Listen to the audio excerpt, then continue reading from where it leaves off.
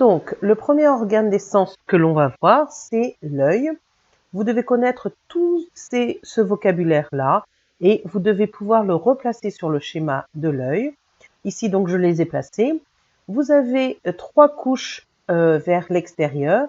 La première couche, la plus externe, ça s'appelle la sclérotique. La sclérotique, c'est la couche que vous avez eu des difficultés à couper quand vous avez coupé l'œil. Elle est à l'extérieur, là, vers l'arrière, elle est très dure, mais vers l'avant, ça devient une couche transparente qui s'appelle la cornée. Donc la cornée fait partie de la sclérotique, mais elle est transparente. Ensuite, on a la choroïde, deuxième couche un peu plus intérieure, voilà, qui est rouge ici, qui a des vaisseaux sanguins, qui se termine ici par des muscles ou des cils, des petits cils, qui vont permettre de changer la forme ou la taille de la pupille, votre gueuse BBI, d'accord, et aussi la taille et la forme donc du cristallin. Donc la choroïde se termine par des muscles et des petits cils. Devant donc la partie colorée de votre œil, c'est l'iris. Il y a un petit trou au niveau de la partie colorée qui s'appelle donc la pupille.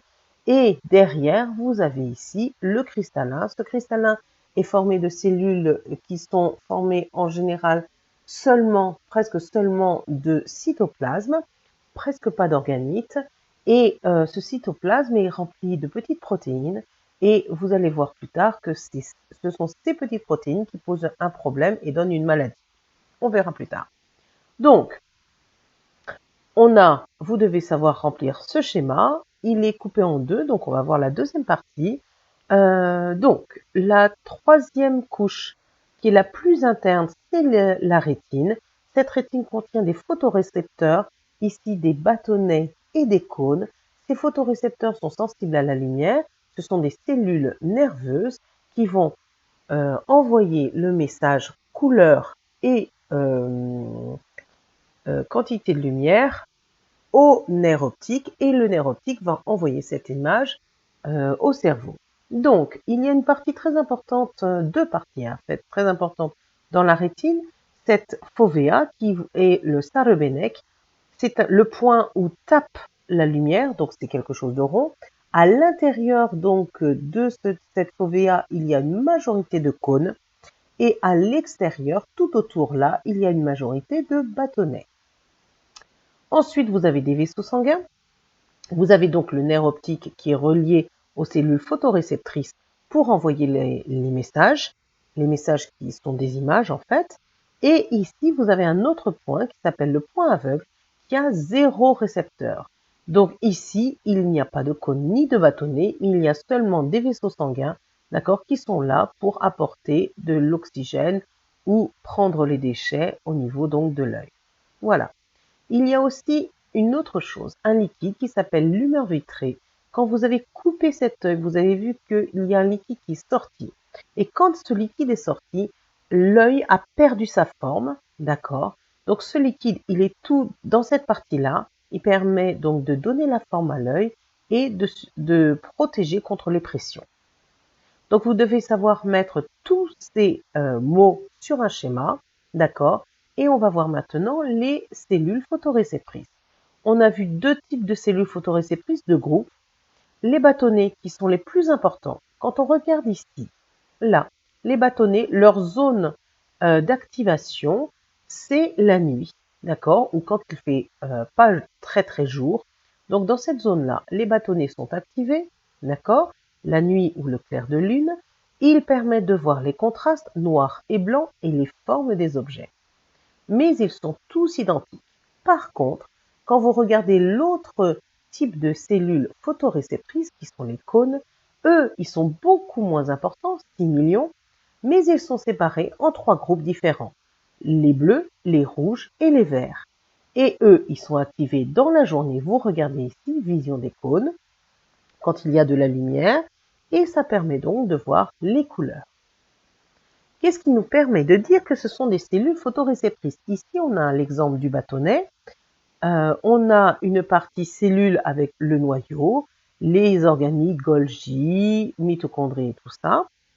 On a une partie nerveuse avec une synapse qui va donc être connectée au nerf optique et une partie pigment, c'est-à-dire qui permet ici, qui est sensible à la lumière, au contraste, aux formes des objets. Maintenant, on va parler de la transduction. Qu'est-ce que je vous ai dit? La transduction, c'est prendre un message et l'envoyer au cerveau. Ici, le message, c'est quantité de lumière, quantité de couleur, qui donne une image et que l'on va envoyer au cerveau, d'accord, dans une zone particulière qui est la zone occipitale.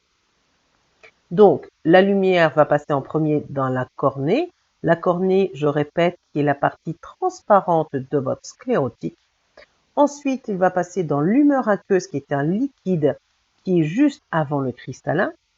Ensuite, il va passer le cristallin. Et ensuite, il va passer l'humeur vitrée. L'humeur vitrée, qu'est-ce que c'est? C'est le liquide qui donne la forme à l'œil et qui est derrière le cristallin. L'image va passer au niveau de la rétine et va être enregistrée par les cônes et les bâtonnets, qui sont les cellules photoréceptrices, qui vont faire la transduction, envoyer un message au nerf optique. Et ce nerf optique va envoyer un message donc électrique au cerveau. Vous regardez ici, donc là vous avez les deux yeux, vous avez les messages qui peuvent se croiser ici au niveau du chiasma, mais qui se retrouvent tous à droite et à gauche au niveau donc du lobe occipital, c'est-à-dire à l'arrière du cerveau. Maintenant, nous allons voir les maladies. Donc, la première maladie, quand on est myope, on voit que l'image, ici, elle est avant la rétine. Pourquoi? Parce que l'œil est beaucoup plus long. Donc, la taille ici, la distance entre le début de la cornée et la rétine est beaucoup plus grande. Donc, l'image se pose avant la rétine. Pour corriger ça, on prend des lentilles ou des verres avec des bords épais, ce qui ramène l'image sur la rétine. Hypermétropie, eh bien c'est le contraire. On a un œil qui a changé de forme et qui est beaucoup plus ovale. La distance entre la cornée et la rétine est plus courte, donc l'image est derrière. Et quand l'image est derrière, on la corrige avec des verres ou des lentilles avec des bords minces. Maintenant, l'astigmatie, c'est quand on a plusieurs images les unes sur les autres, donc c'est très très flou, d'accord? Et on a un problème donc soit à la cornée, soit au cristallin. Pour corriger ça, eh bien, on va utiliser des verres ou des lentilles cylindriques. La presbytie, ça arrive avec l'âge, après 40 ans, on va dire. On a un problème avec le cristallin qui perd toute son élasticité et qui ne peut pas accommoder l'image. Ça veut dire quoi? Donner tout de suite une image correcte, nette à la personne.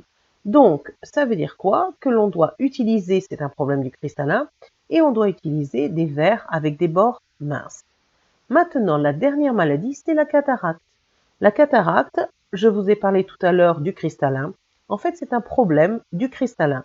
Les petites protéines qui sont dans le cytoplasme vont se cristalliser, vont faire un espèce de cristal, ce qui fait que ça va empêcher la lumière de rentrer, de passer au travers le cristallin et d'aller jusqu'à la rétine. C'est pour ça que vous voyez les gens qui ont la cataracte ont des yeux gris où la lumière ne passe pas à l'intérieur. Et la correction, forcément, c'est une opération où on met une petite prothèse, on change le cristallin, on en met un autre à la place. Voilà ce que vous devez savoir sur l'œil.